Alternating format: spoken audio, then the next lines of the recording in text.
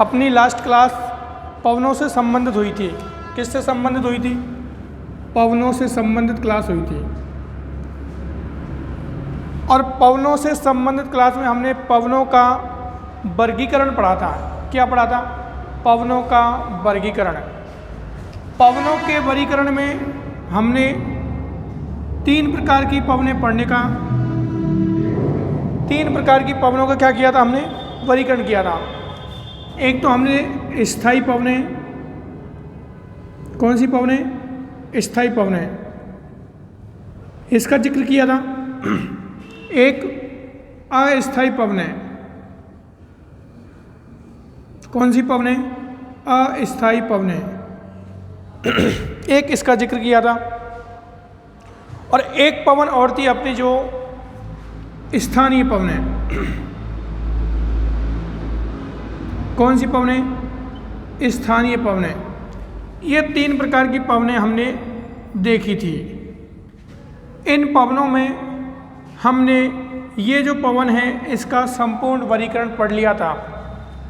इस पवन का जो वर्गीकरण है, जैसे आपके पर्वत समीर,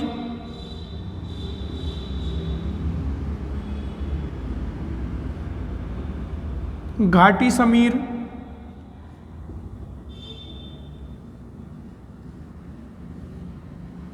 जल समीर,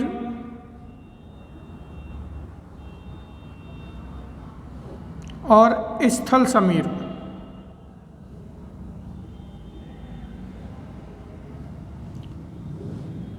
ये पवनें हमने पढ़ ली थी। कौन कौन सी?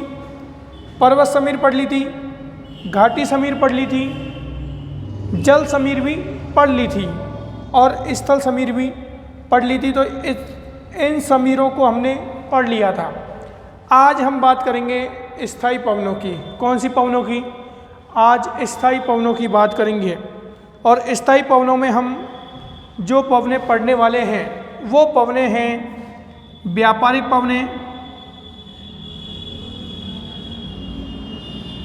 पवनें, पछुआ पवनें,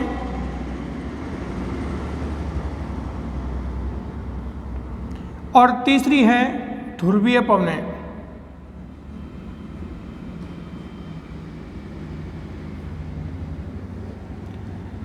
इन पवनों का वर्गीकरण पढ़ने वाले हैं आज हम।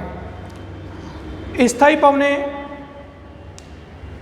आपको परिभाषा पिछली क्लास में बताई थी कि वे पवनें जिनकी दिशा साल भर निश्चित होती है या साल भर निश्चित दिशा में बहने वाली पवनें स्थायी पवनें कहलाती हैं। इन स्थायी पवनों में आज हम व्यापारिक पवन, पछुआ पवन और ध्रुवीय पवन का वर्गीकरण करेंगे। ये पवनें आपने पढ़ ली हैं, इनको वापस एक बार फिर से आपको रिपीट करना है। लेकिन आज हम स्थानीय पवनें, स्थायी पवनें पढ़ेंगे। कौन सी पवनें? स्थायी पवनें। लेकिन स्थायी पवनें पढ़ने से पहले आपको कुछ महत्वपूर्ण बल जो हैं उन पर आपको फोकस करना है। कुछ महत्वपूर्ण बल हैं उन पर फोकस करना है। इन महत्वपूर्ण बलों में आप जो फोकस करोगे तो उनमें सबसे महत्वपूर्ण बल है आपका पहला दाब प्रवणता बल।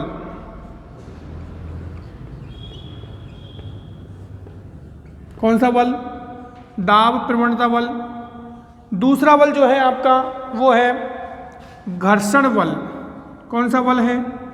घर्षण बल।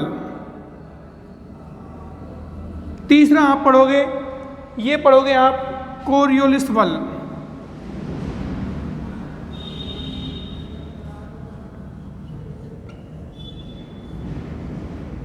कौन सा बल पढ़ोगे? कोरियोलिस बल पढ़ोगे। 4 नंबर पर आप बल पढ़ोगे जिसका नाम है आपका गुरुत्वाकर्षण बल।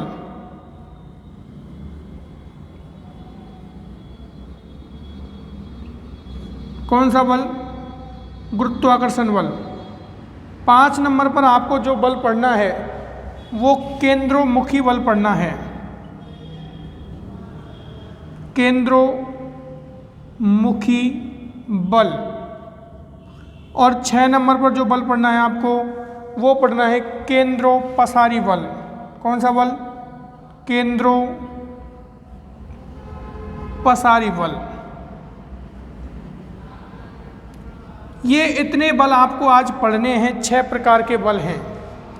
अगर आप इन 6 प्रकार के बलों को पढ़ लोगे, कौन कौन से बल हैं? दाब प्रवणता बल, घर्षण बल, कोरियोलिस बल, गुरुत्वाकर्षण बल, केंद्रोपसारी और केंद्रोमुखी, ये 6 प्रकार के बल पढ़ लोगे तब आपको पवनें अच्छी तरह से समझ में आएंगी। तो सबसे पहले आज हम स्टार्ट करेंगे बल, ठीक है। तो आप हेडिंग डालिए बल।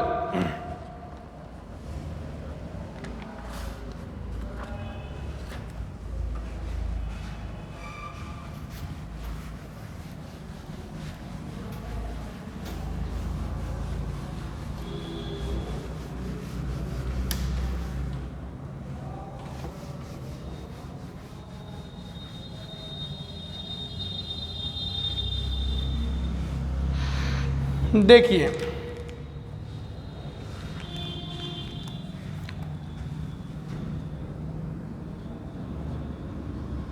पवनों को प्रभावित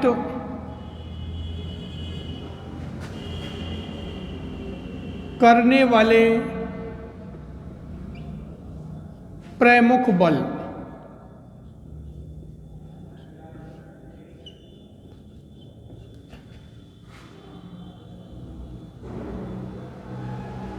ये पढ़ेंगे आज हम।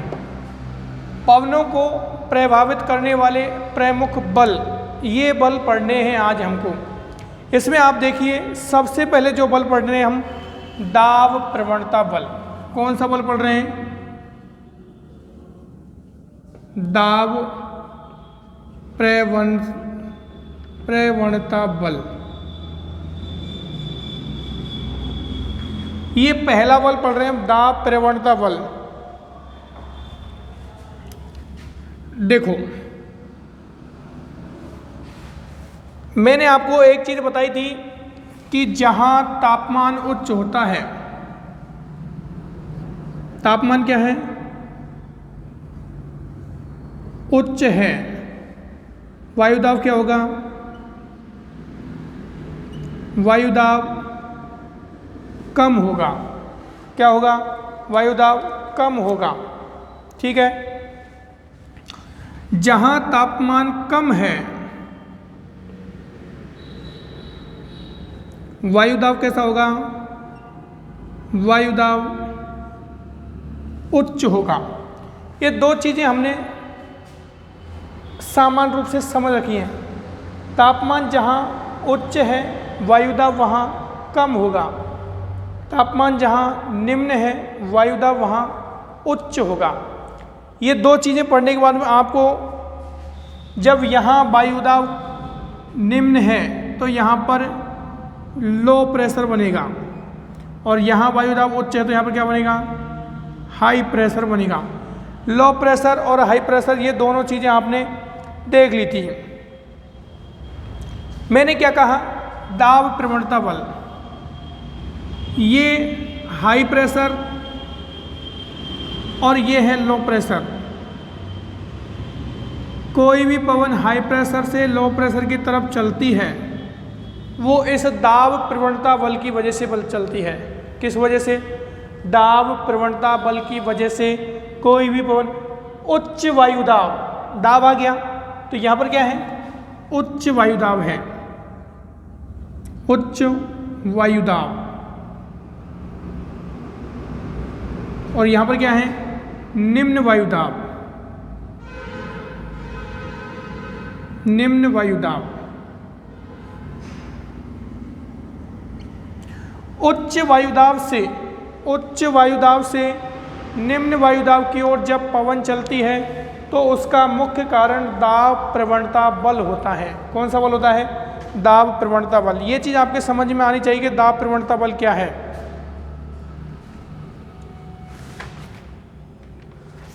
ये बात समझ में आ गई? दाब प्रवणता बल, यह उत्पत्ति किसकी वजह से होती है? तापमान में भिन्नता के कारण। इस बल की जो उत्पत्ति है,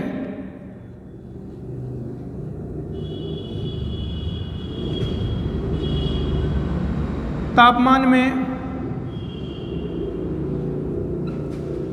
भिन्नता के कारण, तापमान में भिन्नता के कारण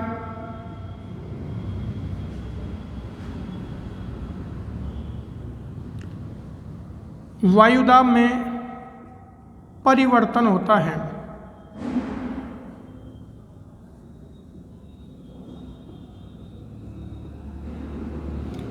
और जब वायुदाब में परिवर्तन होगा, तो जहाँ उच्च वायुदाब है वहाँ से निम्न वायुदाब की ओर पवनें चलेंगी। तो पहला बल हो गया आपका दाब प्रवणता बल। क्लियर? दाब प्रवणता बल। दूसरा बल है आपका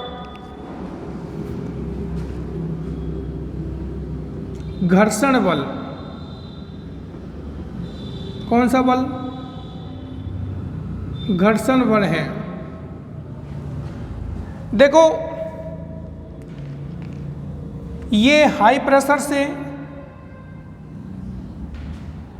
और लो प्रेशर की ओर क्या चलती है? पवन चलती है।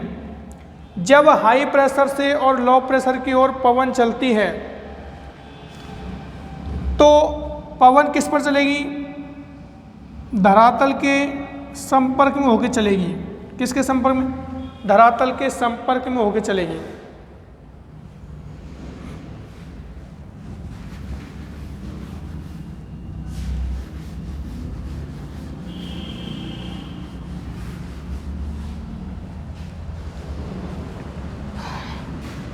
हाई प्रेशर से लो प्रेशर की तरफ पवन चलती है और जब ये पवन चलेगी तो ये पवन का संपर्क किससे होगा? इसका संपर्क होगा धरातल से।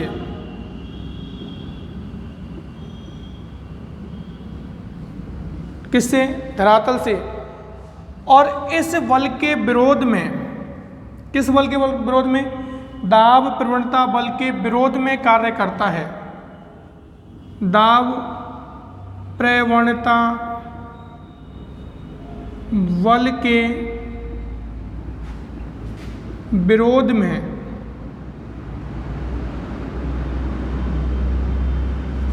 घर्षण बल कार्य करता है।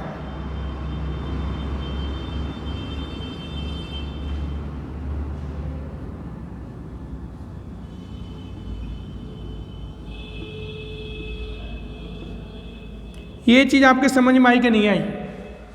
उच्च वायुदाब से निम्न वायुदाब की ओर पवनें चल रही हैं, लेकिन धरातल के संपर्क में आता है तो धरातल का जो घर्षण बल है वो क्या है? इसको प्रभावित करता है। पहला बल हुआ आपका दाब प्रवणता बल, लेकिन दूसरा बल जो है वो घर्षण बल है। दाब प्रवणता बल की उत्पत्ति हुई थी आपके तापमान की वजह से। किसकी वजह से? तापमान की वजह से और वायुदाब। तापमान और वायुदाब की वजह से इस बल की उत्पत्ति हुई और इस बल के विरोध के रूप में कौन सा बल कार्य कर रहा है? घर्षण बल कर रहा है। हाई प्रेशर से लो प्रेशर जब पवनें चलेंगी तो ये धरातल के संपर्क में आके चलती हैं और जब ये पवनें धरातल के संपर्क में आकर चलती हैं तो यहाँ पर घर्षण बल कार्य करता है। क्लियर? तो अभी आपके दो बल हो गए, एक तो दाब प्रवणता बल और एक हो गया आपका घर्षण बल। ठीक है? लेकिन आप देखो, जो घर्षण बल है, जैसे जैसे ऊंचाई की तरफ जाओगे आप, ये आपका सरफेस है, ये आपका सरफेस है और इस सरफेस से जैसे जैसे आप ऊंचाई की तरफ जाओगे तो घर्षण बल में कमी आती है।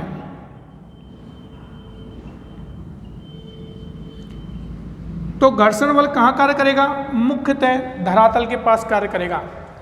दाब प्रवणता बल और दूसरा है घर्षण बल। अब तीसरा बल डालिए आप।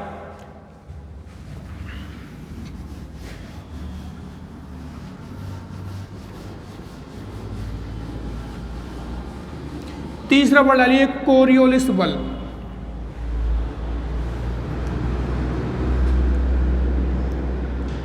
कोरियोलिस बल।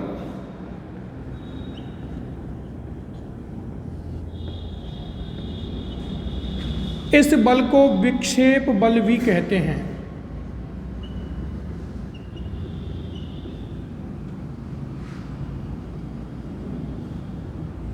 कोरियोलिस बल या विक्षेप बल, ये तीसरा बल है हमारा पवनों को प्रभावित करने वाला। आपने एक विद्वान का नाम सुना होगा, जीजी कोरियोलिस।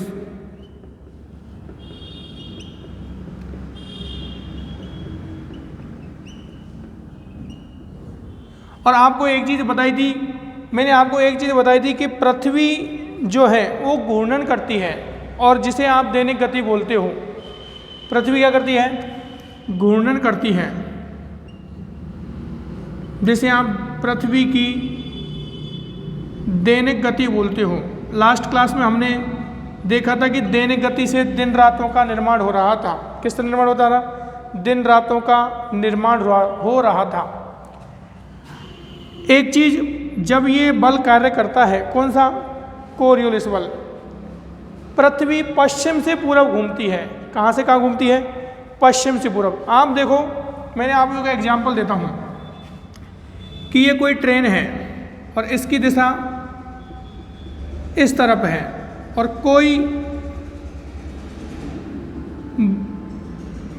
कोई छात्र यहाँ खड़ा है और इसने ट्रेन के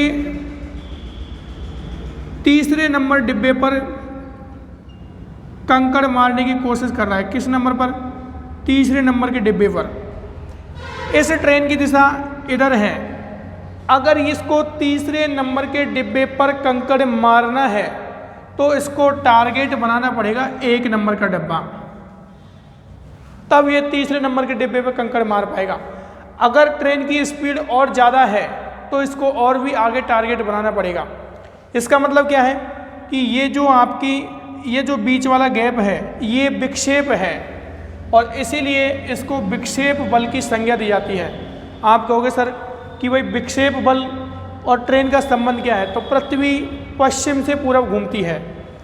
जो स्थान हम जहाँ देखते हैं वह स्थान पृथ्वी के घूर्णन की वजह से खिसक जाता है, और खिसकता है जिसकी वजह से कोरियोलिस बल कार्य करता है। इसके संदर्भ में एक चीज़ और याद रखनी है कि जो आपका घूर्णन बल है वह सर्वाधिक भूमध्य रेखा पर है। कहाँ पर है? भूमध्य रेखा पर सर्वाधिक। इसीलिए भूमध्य रेखा पर यह बल सर्वाधिक है, इसीलिए भूमध्य रेखा पर पृथ्वी उभार लिए हुए है। क्या लिया हुआ है? भूमध्य रेखा पर पृथ्वी ने उभार लिया हुआ है। आपने देखा होगा कि पृथ्वी भूमध्य रेखा पर उभार लिए हुए है, जबकि ध्रुवों पर से क्या है? दबी हुई है। और ध्रुवों पर से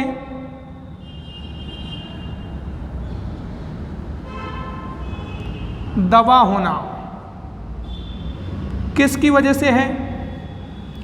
घूर्णन बल की वजह से या कोरियोलिस बल की वजह से है। तो आप जब पढ़ोगे कि व्यापारिक पवनें उत्तरी गोलार्ध में दाईं तरफ मुड़ जाती हैं, दक्षिणी गोलार्ध में बाईं तरफ मुड़ जाती हैं, तो उसका मुख्य कारण है कोरियोलिस बल। क्योंकि हवा, मैंने कहा कि ये अपना पृथ्वी पर कोई भी क्षेत्र है और यहाँ से हवा इस क्षेत्र की तरफ आ रही है। ऐसे मानो यहाँ पर लो प्रेशर है, ये हाई प्रेशर है, और ये यहाँ पर कोई फिर हाई प्रेशर है। मैंने कहा कि यहाँ से पवन इधर जा रही है, तो ये पवन इस स्थान पर जाना चाहेगी, लेकिन पृथ्वी के घूर्णन बल की वजह से यह स्थान तब तक यहाँ पहुँच गया होगा, इसलिए ये पवन ऐसे विक्षेपित होती रहती है दाईं तरफ। तो पवनों का विक्षेप का मुख्य बल कौन सा है? कोरियोलिस बल। ठीक है, 3 बल हो गए अपने, दाब प्रवणता बल, घर्षण बल, और तीसरा पढ़ा है हमने कोरियोलिस बल या विक्षेप बल। चौथा बल डालो, गुरुत्वाकर्षण बल।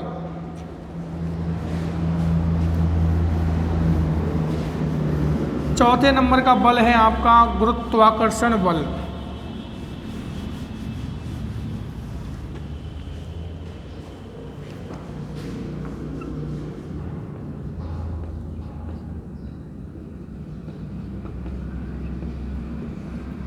Gravity force.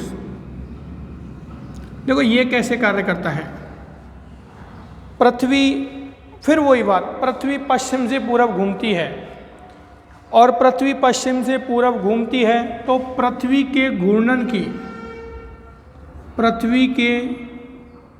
घूर्णन की सबसे तेज गति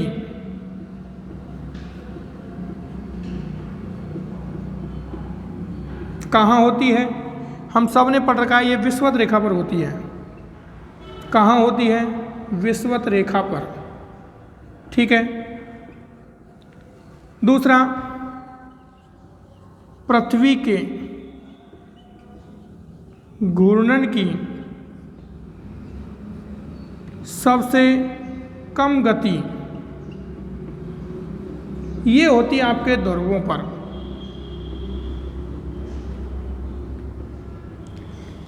ये जो बल है इसके जस्ट विपरीत कार्य करता है। जहाँ गति सर्वाधिक है वहाँ यह बल सबसे कम है। तो विषुवत रेखा पर इस बल की बात करें तो न्यून गुरुत्वाकर्षण बल है। किस रेखा पर? विषुवत रेखा पर। जबकि ध्रुवों पर सबसे अधिक गुरुत्वाकर्षण बल है।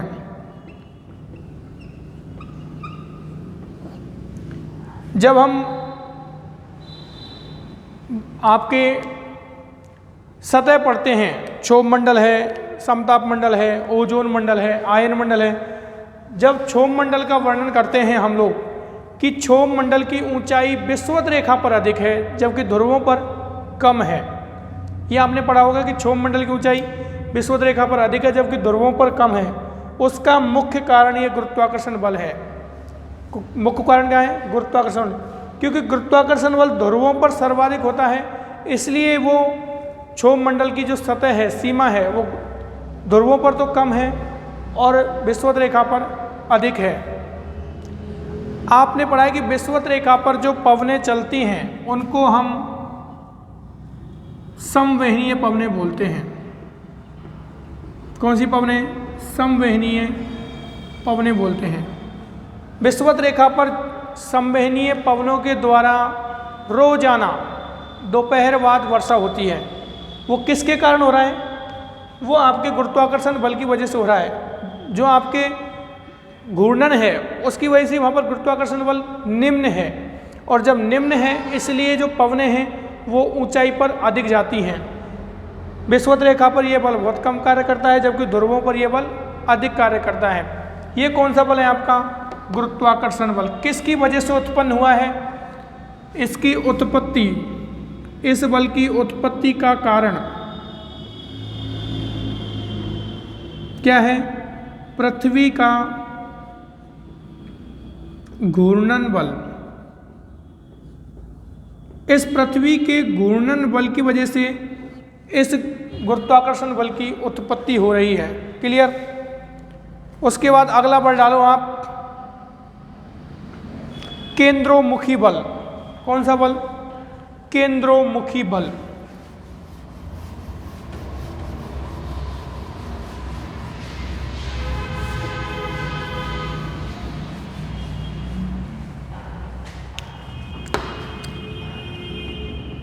केंद्रोमुखी बल। देखो ये अपने कोई क्षेत्र है और ये इसका केंद्र है। अपनी पृथ्वी का ये केंद्र है। पृथ्वी के केंद्र ऐसे मान लो, और इसके साथ साथ आप दूसरा ही बल पढ़ो, केंद्रोपसारी बल। ये बल आपके सर्वाधिक काम आते हैं जब ज्वार भाटा आता है।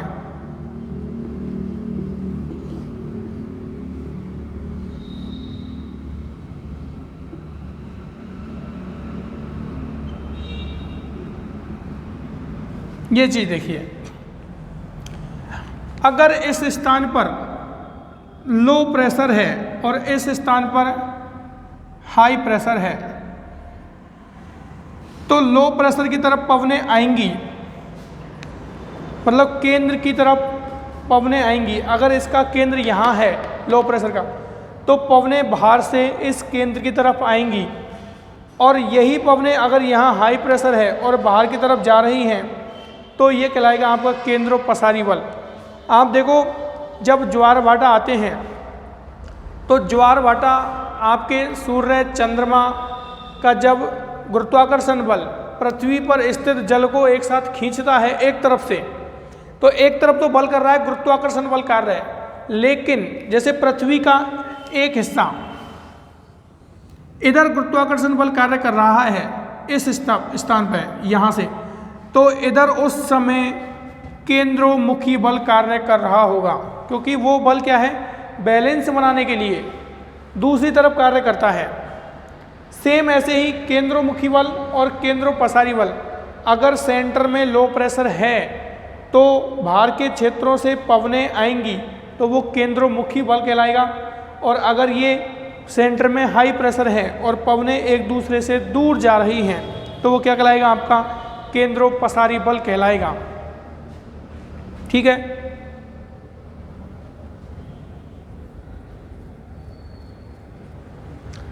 आपके जब चक्रवात पढ़ोगे, आप क्या पढ़ोगे, चक्रवात, तो चक्रवात में भी आपके ये दो बल कार्य करेंगे। ठीक है। अब हमने अब तक 6 बलों का वर्गीकरण किया है जो आपको सामान्य रूप से याद रखने हैं, लेकिन जब पवनें पढ़ोगे तो उसमें मुख्य जो बल है वो है आपका फेरल का नियम। क्या है, फेरल का नियम। वो जब अभी आप पवनें स्टार्ट करो और फिर फेरल का नियम साथ साथ देखेंगे कि फेरल क्या कहता है। बलों को आप देख सकते हो, हमने एक बल तो पढ़ा है, दाब प्रवणता बल पढ़ा है, एक तो ये पढ़ा, दूसरा पढ़ा हमने इसके जो विरोध में कार्य करता है वो है घर्षण बल, ये पढ़ा। तीसरा पढ़ा हमने कोरियोलिस बल पढ़ा। उसके बाद पढ़ा आपने केंद्रोमुखी बल, एक पढ़ा आपने केंद्रोपसारी बल,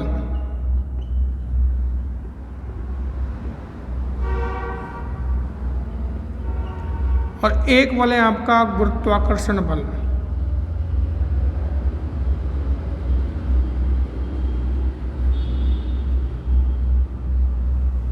ये सारे बल मिलकर पवनों को प्रभावित करते हैं। जितनी भी आप पवन चलती हैं, व्यापारिक पवनें हैं, पछुआ पवनें हैं, ध्रुवीय पवनें हैं, स्थानीय पवनें हैं, आपके स्थानीय पवनें हो चाहे अस्थायी पवनें हो, जल समीर, घाटी समीर, पर्वत समीर, सब पवनों को प्रभावित ये बल करते हैं। दाब प्रवणता बल, घर्षण बल, कोरियोलिस बल, केंद्रोमुखी, केंद्रोपसारी और गुरुत्वाकर्षण बल। अब आप टॉपिक जो हमारा मेन टॉपिक है उसको डालिए, स्थायी पवनें। ये बल पढ़ाना जरूरी यूँ था क्योंकि आपको अगर पता होना चाहिए। मैं कहूँगा कि ये कोरियोलिस बल की वजह से उत्तरी गोलार्ध में पवनें दाईं तरफ मुड़ती हैं, तो आपको पता होना चाहिए कि कोरियोलिस बल कार्य कैसे करता है, पृथ्वी की घूर्णन गति की वजह से। डालो आप स्थायी पवनें या वैश्विक पवनें।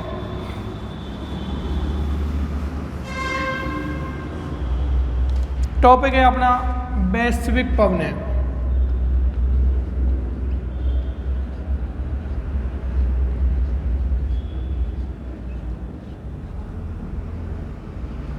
ये टॉपिक है अपना। देखो वैश्विक पवनें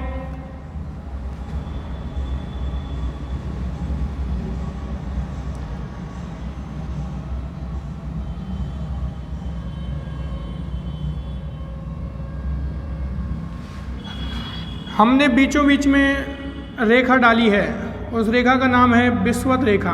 कौन सी रेखा? विषुवत रेखा।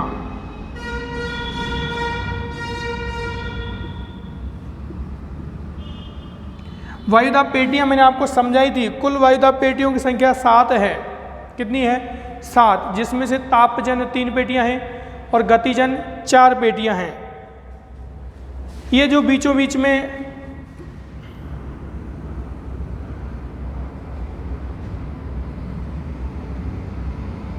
कौन सी पेटी है?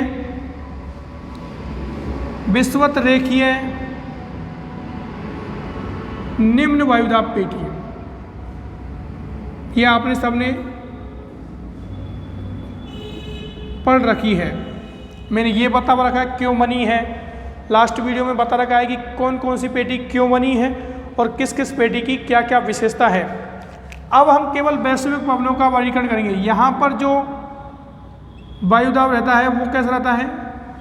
निम्न वायुदाब रहता है। नाम से विषुवत रेखीय निम्न वायुदाब पेटी। ये जो पेटी है मैं बता देता हूँ आपको, ये तापजन्य है। कैसी पेटी है? तापजन्य पेटी, मतलब तापमान से बनी है। तापमान उच्च होता है इसलिए बनी है। यहाँ एक पेटी है और एक यहाँ पेटी है। ये जो पेटी है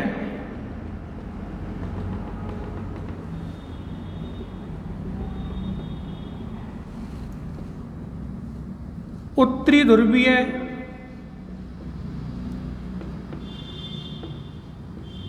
उच्च वायुदाब पेटी।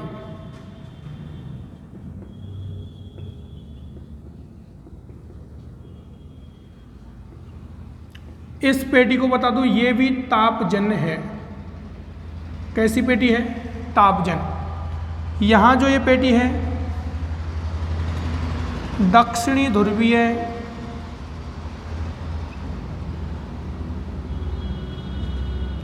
उच्च वायुदाब पेटी।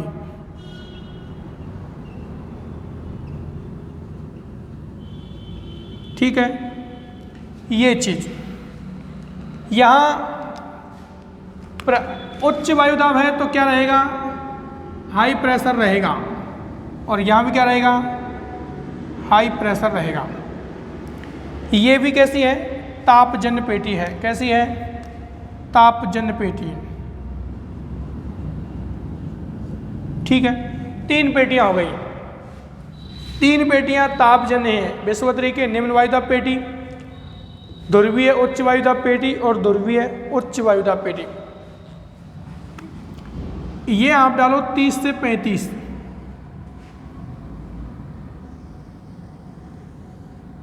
और एक डालो आप 60 से 65।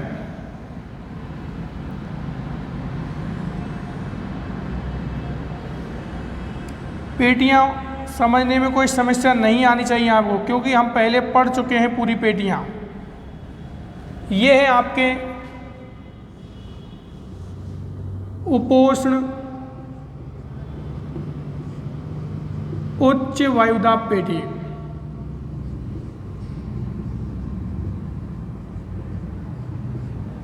कौन सी है? उपोष्ण उच्च वायुदाब पेटी। और यहाँ जो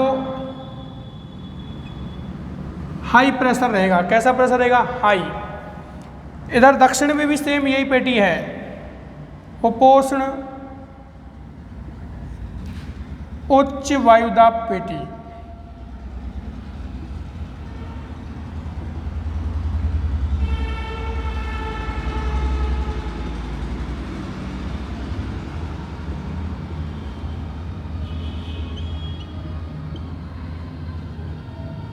ठीक है,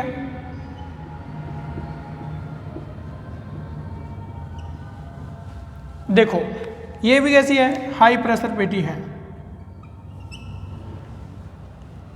3 पेटियां, उपोष्ण उच्च वायुदाब पेटी और उपोष्ण उच्च वायुदाब पेटी। ये दोनों पेटियां जो हैं गतिजन्य हैं। कैसी हैं? गतिजन्य पेटी है। और ये भी कैसी पेटी है? गतिजन्य है। ये मैं आपको बता चुका कि गतिजन्य क्यों है। लो प्रेशर पेटी, विषुवत रेखीय निम्न वायुदाब पेटी, उपोष्ण उच्च वायुदाब पेटी 30 से 35 और 30 से 35 ही ये है। ये जो पेटी आपके उपध्रुवीय या अधोध्रुवीय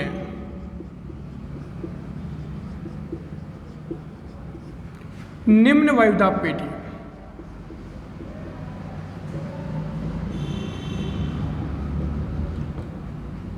ये आपके 60 डिग्री नॉर्थ से 65 डिग्री नॉर्थ, और यहाँ भी इसका नाम क्या है, अधो ध्रुवीय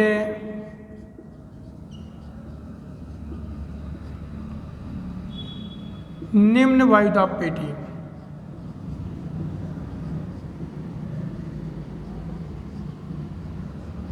साठ से 65 डिग्री साउथ। ये भी कैसी है आपके, गतिजन्य,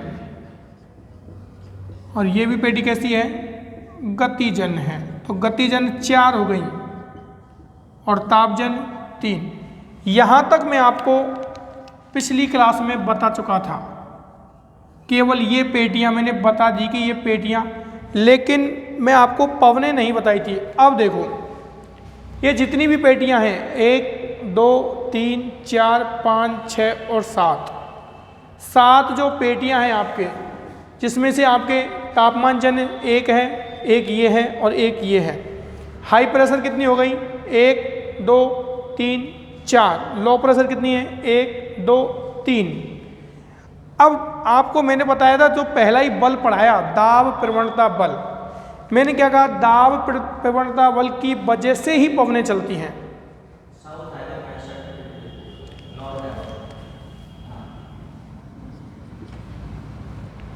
दाब प्रवणता बल की वजह से ही क्या चलती हैं आपके, ये आपका हाई प्रेशर, और हाई प्रेशर से ये लो प्रेशर, और ये दाब प्रवणता बल की वजह से ही क्या चलती हैं, पवनें चलती हैं। और हम जो पवन पढ़ रहे हैं वो पढ़ रहे हैं स्थायी पवनें। कौन सी पवनें, स्थायी पवनें। सबसे पहले इसमें व्यापारिक पवनें। कौन सी पवनें, व्यापारिक पवनें, जिनको आप इन स्थायी पवनों को सन्मार्गी पवनें बोल सकते हैं। कौन सी पवनें, सन्मार्गी पवनें। अब मैं कह रहा हूं कि यहाँ पर हाई प्रेशर है और यहाँ पर लो प्रेशर है, तो पवनें ऐसे चलेंगी। जो ये मैंने कह दिया आपको कि पवन यहाँ से यहाँ आएगी,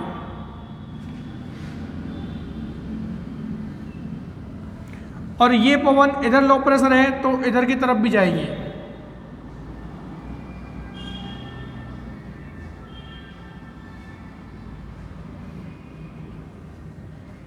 इससे इधर भी चलेगी और यहाँ भी चलेगी।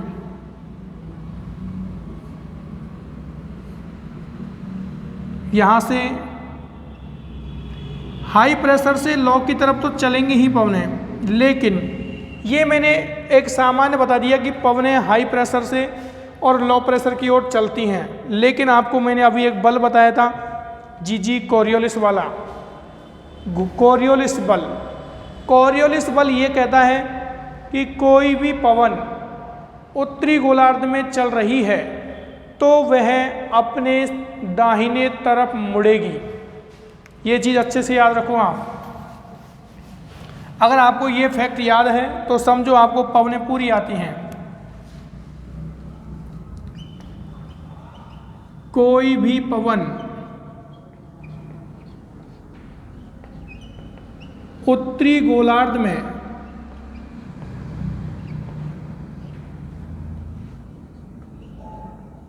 चल रही है तो वह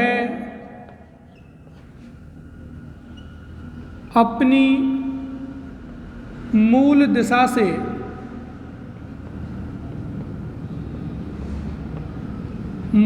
से दाईं तरफ मुड़ेगी।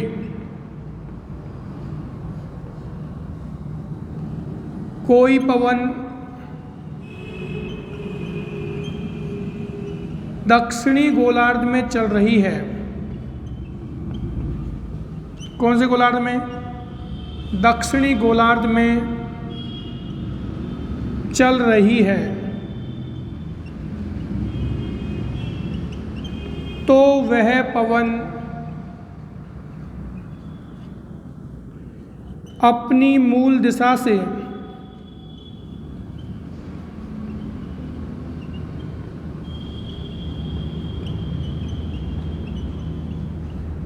बाईं तरफ मुड़ेगी।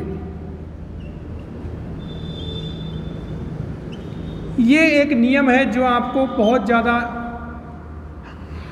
जब भी फर्स्ट ग्रेड या सेकंड ग्रेड में इसका क्वेश्चन आया है पवनों से लेकर, तो कभी भी अब तक इनके ना तो बल पूछे हैं कि किस बल से चलती हैं, केवल ये पूछा है दक्षिणी गोलार्ध में व्यापारिक पवनों की दिशा क्या है, उत्तरी गोलार्ध में पछुआ पवनों की दिशा क्या है। ऐसे क्वेश्चन हैं अब तक, और अक्सर इन क्वेश्चनों में गलती होती है। अगर आपको ये चीज़ याद है कि कोई भी पवन उत्तरी गोलार्ध में चल रही है, दिशा मत लेना, मैं दिशा का जिक्र नहीं कर रहा, ये पवन यहाँ से इधर चल रही है तो इसकी ये दिशा उत्तर है, जबकि गोलार्ध दक्षिण है। कन्फ्यूजन यहीं बढ़ेगा। आपको दिशा से कोई मतलब नहीं है, दिशा कोई भी हो। ये पवन यहाँ से इधर आ रही है तो दिशा तो दक्षिण हो गई, लेकिन गोलार्ध कौन सा है? उत्तरी गोलार्ध है। हमको तो गोलार्ध देखना है, और गोलार्ध देखते ही सीधे हाथ की तरफ पवन मुड़ानी है। अब आप देखो, कोई भी पवन उत्तरी गोलार्ध में, फिर आपको रिपीट कर रहा हूँ मैं, ये गोलार्ध है, और इसको आपको दिशा नहीं समझना है। कोई भी पवन उत्तरी गोलार्ध में चल रही है तो वह अपनी मूल दिशा से दाईं तरफ मुड़ेगी। दाईं तरफ जानते हो, सीधे हाथ की तरफ। कोई पवन दक्षिणी गोलार्ध में चल रही है तो वह पवन अपनी मूल दिशा से बाईं तरफ मुड़ेगी। अब मैं आपको इसका एग्जांपल लेता हूं, पहले उत्तरी गोलार्ध का। ये पवन है हाई प्रेशर उपोष्ण उच्च वायुदाब पेटी से विषुवत रेखीय निम्न वायुदाब पेटी की ओर चल रही है।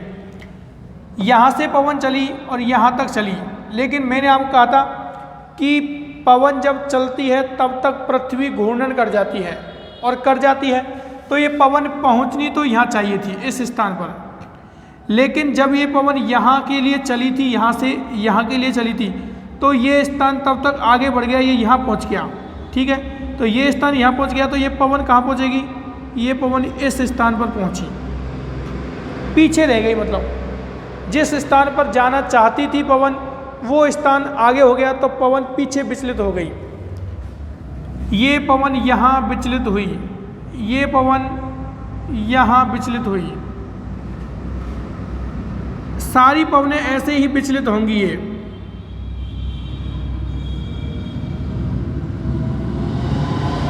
अब मैंने क्या कहा? उच्च वायुदाब से निम्न वायुदाब की ओर पवन चल रही है। दिशा तो क्या है? दक्षिण है, लेकिन गोलार्ध कौन सा है? इसकी दिशा तो दक्षिण हो गई, लेकिन गोलार्ध कौन सा है? उत्तरी गोलार्ध। उत्तरी गोलार्ध में हमको सीधे हाथ की तरफ मुड़ानी है। आप देखो, मेरा ये सीधा हाथ है, ये पवन यहाँ जानी चाहिए थी लेकिन यहाँ जा रही है, तो ये इसकी दिशा हो गई। पहला ही पॉइंट आप देखो,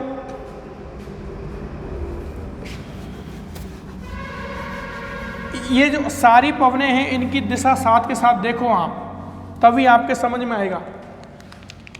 ये मैंने आपके ये पूरा बना दिया, पूर्व, ये पश्चिम, उत्तर और दक्षिण। ये पवन ऐसे आ रही है, यूं बताओ आ रही है नहीं आ रही? कौन सी पवन है ये? व्यापारिक पवन है। कौन सी पवन है? व्यापारिक पवन है। इन पवनों को नाम देंगे हम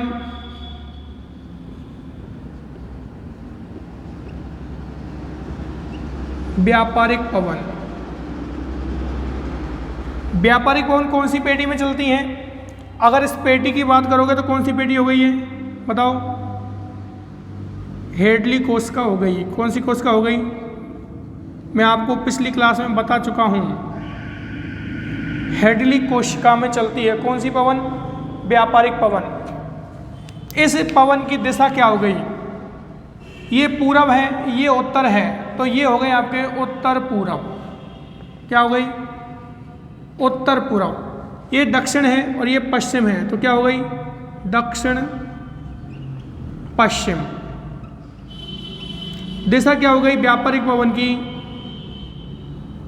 उत्तर पूरब से दक्षिण पश्चिम। आप नोट कर लो साथ के साथ, उत्तरी गोलार्ध में व्यापारिक पवन की दिशा कहाँ से कहाँ होती है?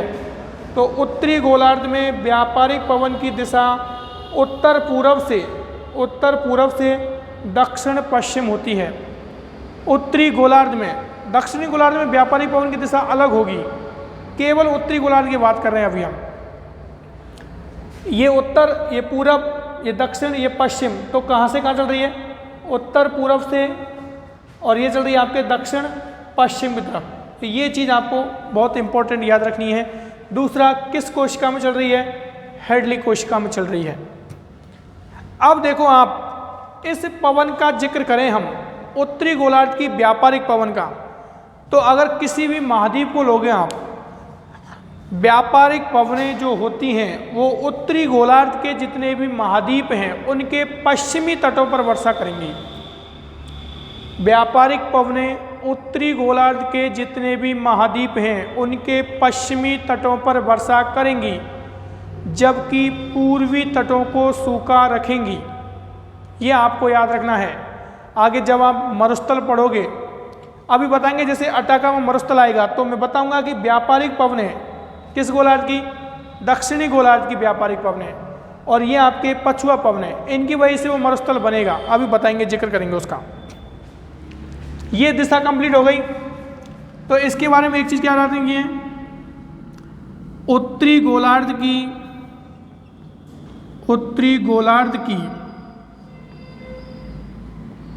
व्यापारिक पवनें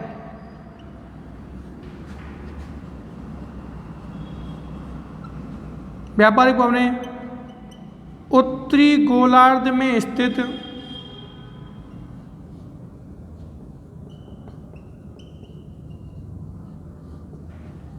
महाद्वीपों के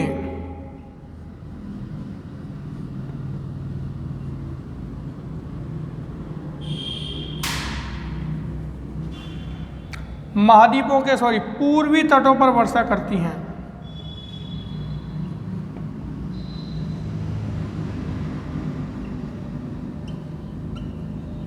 कहाँ करती हैं?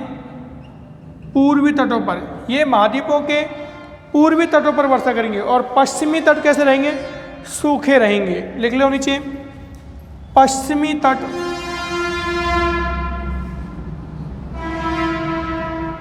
सूखे रहते हैं। ये उत्तरी गोलार्ध की व्यापारिक पवन के बारे में है। क्लियर?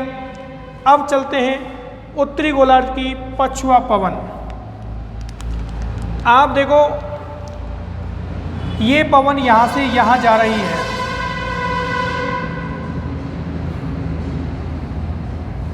ये पवन हाई प्रेशर से लो प्रेशर की तरफ जा रही है, लेकिन मैंने क्या कहा?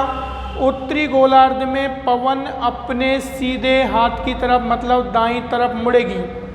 तो इसका दाईं तरफ कौन सा हुआ? ये हिस्सा हुआ। तो ये सारी पवनें यहाँ मुड़ेंगी।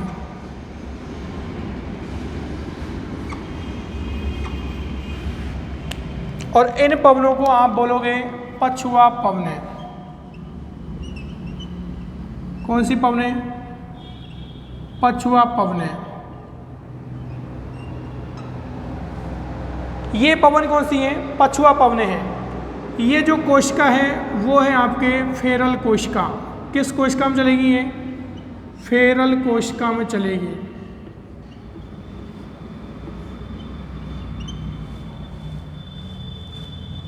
दिशा देखिए इनकी पवनों की, दिशा वापस देखिए आप। देखो,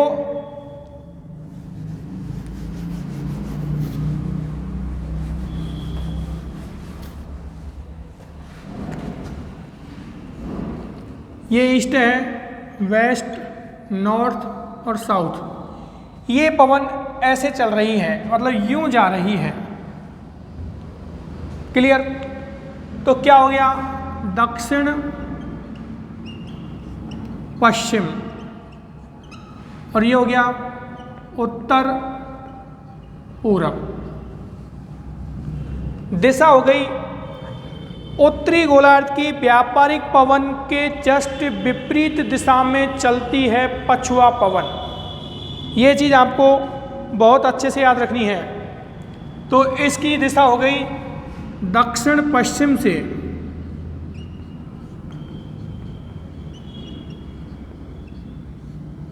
उत्तर पूरब। पवन कौन सी है? उत्तरी गोलार्ध की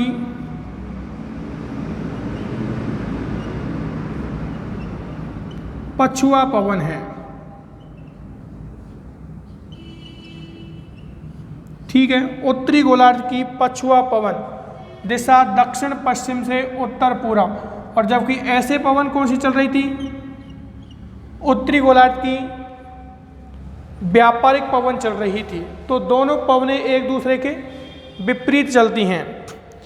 अब आप देखो, जब ये पवन ऐसे चलती है यूं, तो यह पवन उत्तरी गोलार्ध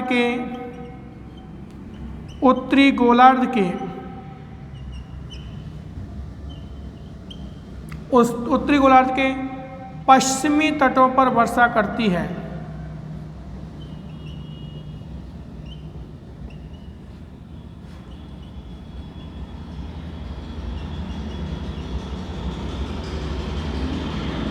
कौन से तटों पर वर्षा करेगी? पश्चिमी तटों पर वर्षा करेगी। और चलेगी किस कोशिका में? फेरल कोशिका में। ये दो पवन हुई हैं, व्यापारिक पवनें और पछुआ पवनें। अब आपके हैं ध्रुवीय पवन। ये जो पवन है आपके यहाँ से ऐसे चलेगी, जैसे व्यापारिक चलती है सेम वैसे चलेगी। लेकिन ये पवन है आपके ध्रुवीय पवन।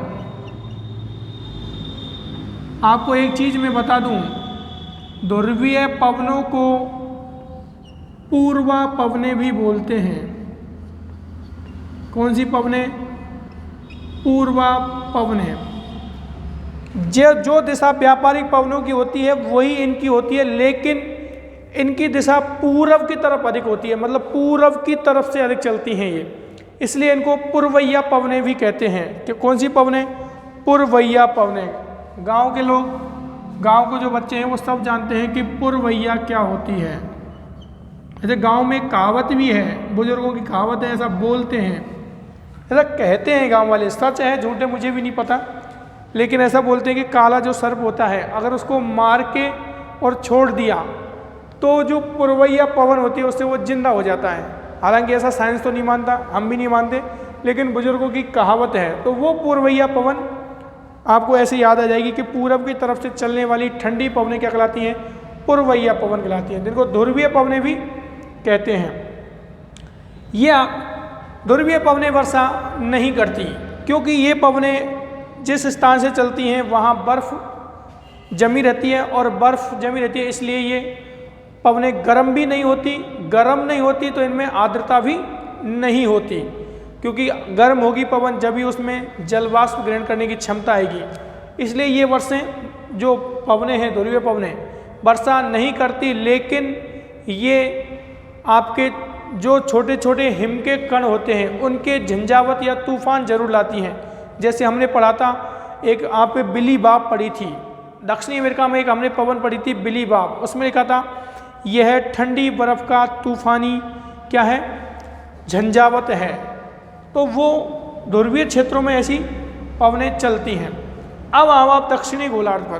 किस गोलार्ध पर? दक्षिणी गोलार्ध पर आइए।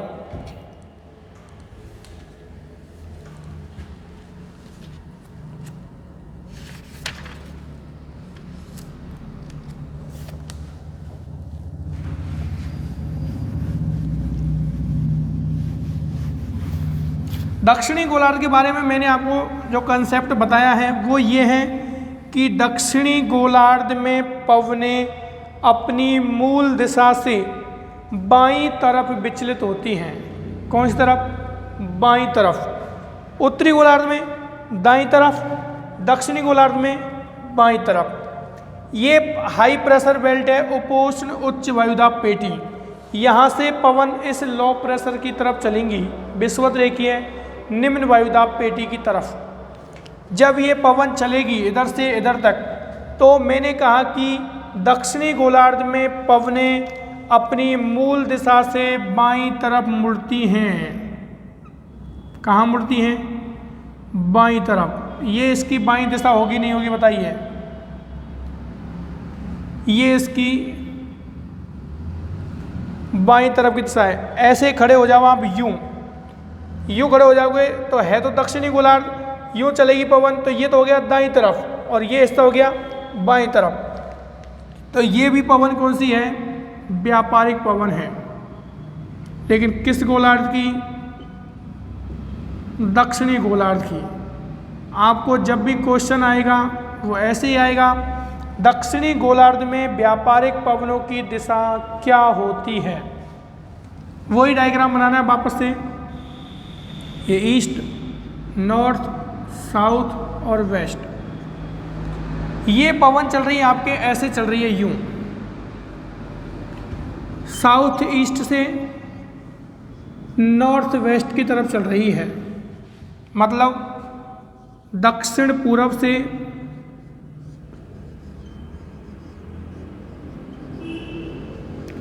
उत्तर पश्चिम की ओर, उत्तर पश्चिम की ओर चल रही है।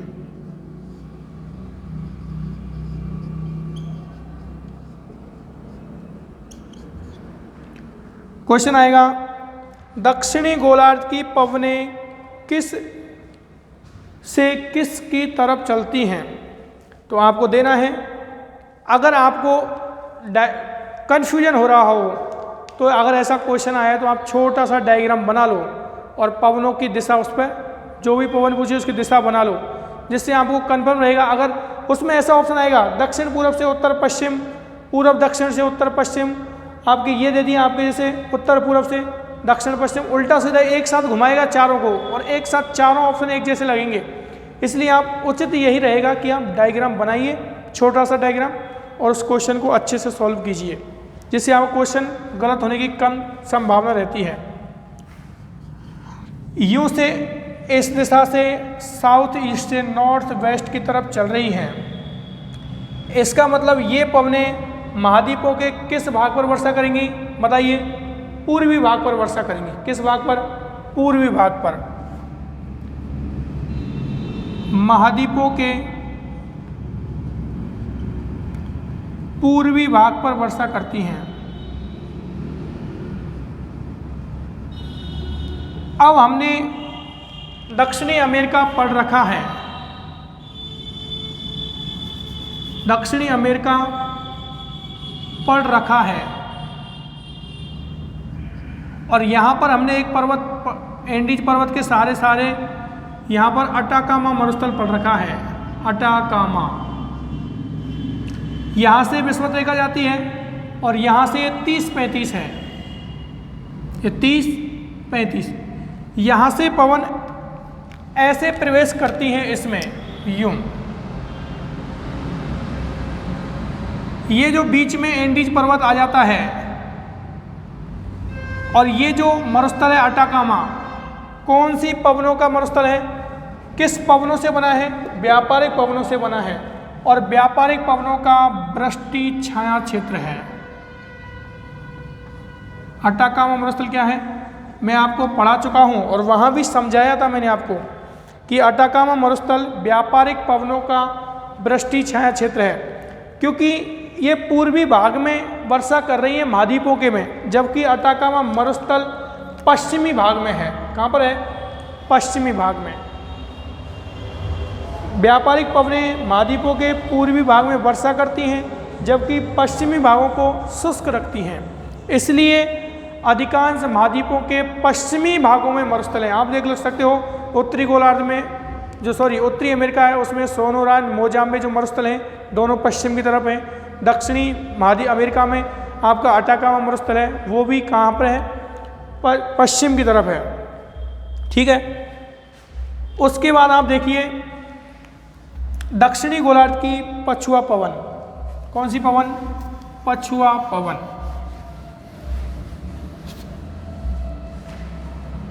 ये जो पछुआ पवन है दक्षिणी गोलार्ध में पवनें बाईं तरफ मुड़ेंगी, इस हाथ की तरफ यूं। ये आपका, तो ये पवन यहाँ जाएंगी,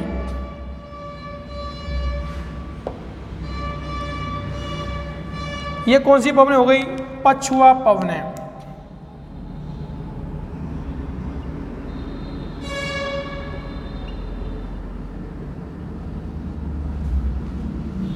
ये भी कौन सी कोशिका में चलेगी? ये वही हेडली कोशिका में चलेगी।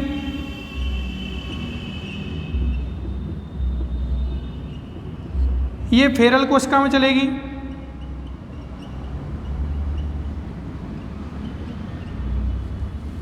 ये जो चलती है वो ध्रुवीय कोशिका है। कौन सी कोशिका है? ध्रुवीय कोशिका। पवन चल रही है ऐसे, ये तो आपका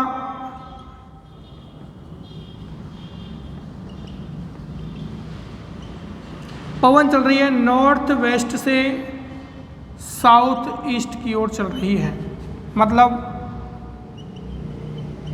उत्तर पश्चिम से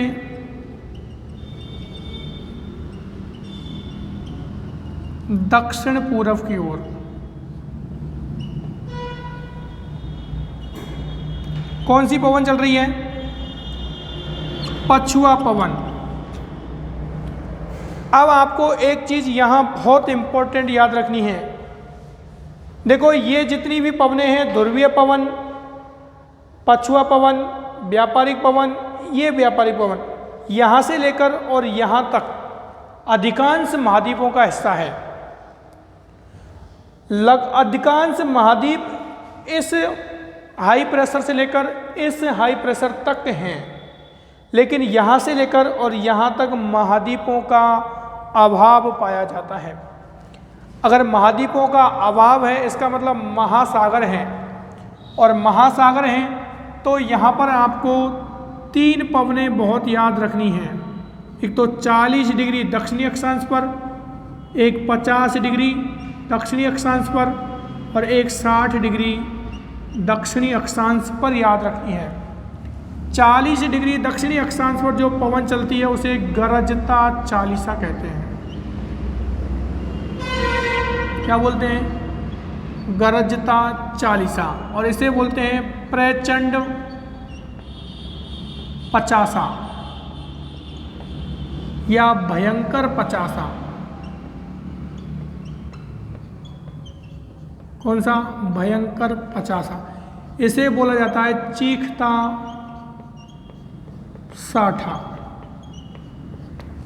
ये नाम ऐसे ही नहीं है कि किसी ने वैसे ही रख दिए हों, ऐसा कुछ भी नहीं है। इन नामों को रखने के पीछे कारण क्या है? जब भी नाविक इस क्षेत्र से गुजरता था तो 40 डिग्री दक्षिणी अक्षांश पर जैसे ही पहुंचता तो उसे बहुत तेज तेज आवाज़ें सुनाई पड़ती थी। किसकी? पानी की और हवा का जो संपर्क होता है तो उससे जो आवाज़ें आती हैं सनसनाट की, तो वो सनसनाती जो आवाज़ आती हैं उनको 40 डिग्री दक्षिणी अक्षांश पर गरजता चालीसा कहते हैं। क्या कहते हैं? गरजता चालीसा। और 50 पर प्रचंड पचासा, 60 पर चीखता साठा। याद रख लेना, ये उत्तर में नहीं चलते, केवल और केवल दक्षिणी गोलार्ध में चलते हैं। जब भी ऑप्शन आ जाए कि गरजता चालीसा कहाँ चलता है, पहला ही ऑप्शन देगा 40 डिग्री उत्तरी अक्षांश, दूसरा देगा 40 डिग्री दक्षिणी अक्षांश, तीसरा देगा 40 डिग्री उत्तरी और दक्षिणी अक्षांश, और चौथा देगा इनमें से कोई नहीं। तो कहाँ चलते हैं? 40 डिग्री दक्षिणी अक्षांश में चलते हैं, नॉर्थ नहीं करना है। दिशा आपको याद हो गई। पछुआ पवनें जो हैं महाद्वीपों के कौन से तटों पर वर्षा करेंगी? बताइए। पश्चिमी तटों पर वर्षा करेंगी। कौन से तटों पर वर्षा करेंगी? पश्चिमी तटों पर। ये जो पवनें हैं ये वाली, ये हाई प्रेशर से यहाँ चलेगी, यहाँ चलनी चाहिए, लेकिन हमने अभी देखा है कि दक्षिणी गोलार्ध में पवनें बाईं तरफ मुड़ती हैं, तो ये भी कहाँ मुड़ेगी? ऐसे मुड़ेंगे। ये हो गए आपके ध्रुवीय पवन।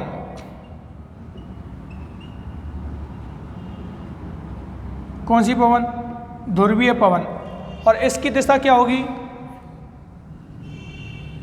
ध्रुवीय पवन कहाँ चलेगी? साउथ ईस्ट से नॉर्थ वेस्ट, जबकि पछुआ कहाँ चल रही थी?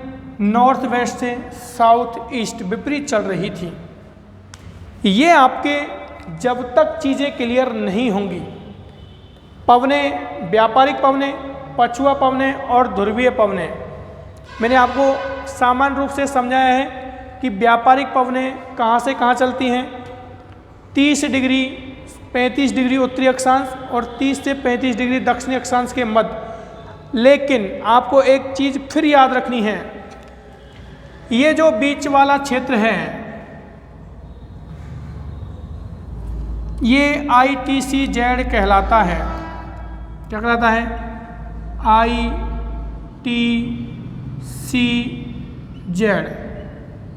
अंतरा उष्ण कटिबंधीय क्षेत्र, अंतरा उष्ण कटिबंधीय जोन, इंट्राट्रॉपिकल अंतरा उष्ण कटिबंधीय जोन। आपको देखो ये जो क्षेत्र है 0 से 5, इसके आपके बारे में एक चीज़ इंपॉर्टेंट याद रखनी है कि यहाँ किसी भी प्रकार की पवन नहीं चलती। ये जो क्षेत्र है आप समझो, ये इनका ये वाला क्षेत्र 5 डिग्री इधर और 5 डिग्री इधर, ये अंतिम सीमा मानो, यहाँ तक ही पवन चलेंगी, यहाँ से इधर भी नहीं चलती और इसके अंदर प्रवेश नहीं करती, इसलिए इसे अंतरा उष्ण कटिबंधीय क्षेत्र कहा गया है। यहाँ पर पवनें मंद गति से चलती हैं। कैसे चलती हैं? बिल्कुल मंद गति से चलती हैं, ऐसे चलती हैं यूँ, और इसके बीचों बीच में यूँ भी चलती हैं, तो मंद गति से चलती हैं, शांत है। आपको पहले ही बताया था कि ये डोलड्रम पेटी है, शांत पेटी या डोलड्रम पेटी। क्यों? क्योंकि डोलड्रम पेटी यहाँ पर किसी भी प्रकार की पवन प्रवाहित नहीं होती। अगर होती तो कौन सी होती? व्यापारिक, लेकिन वो भी नहीं होती, इसलिए इसे ITCZ कहा गया है। ITCZ आ जाए। ITCZ क्या है? तो ये 5 डिग्री उत्तर और 5 डिग्री दक्षिण के मध्य ऐसा क्षेत्र है जहाँ पर किसी भी प्रकार की पवन प्रचलित नहीं होती। यह मंद गति का क्षेत्र है, इसे डोलड्रम क्षेत्र कहते हैं। ठीक है, ये आपकी पवनें कंप्लीट हो गई। जो वैश्विक पवनें हम बात कर रहे थे, व्यापारिक पवनें, पछुआ पवनें, ध्रुवीय पवनें, इनकी जो दिशाएं हैं वो हमेशा पेपर में पूछी जाती हैं। अक्सर पिछले पेपर आप चेक करोगे तो पता चलेगा कि इन पवनों की दिशाएं पूछी गई हैं। आपके स्थायी पवनें हो गई, अस्थायी पवनें हो गई। अस्थायी पवनों में जल समीर, घाटी समीर, पर्वत समीर वो हो गई। अब आपकी जो लास्ट पवनें बची हैं स्थानीय पवनें। स्थानीय पवनें हर महाद्वीप के साथ आपको पढ़ाई जा रही हैं। हर महाद्वीप में 8-8, 10-10 स्थानीय पवनें हैं, वहाँ पढ़ाई जा रही हैं। और सभी पवनें जब कंप्लीट हो जाएंगे, सभी महाद्वीप कंप्लीट हो जाएंगे, तो एक साथ स्थानीय पवनें एक साथ आपको फिर पढ़ा दी जाएंगी। Thank you very much.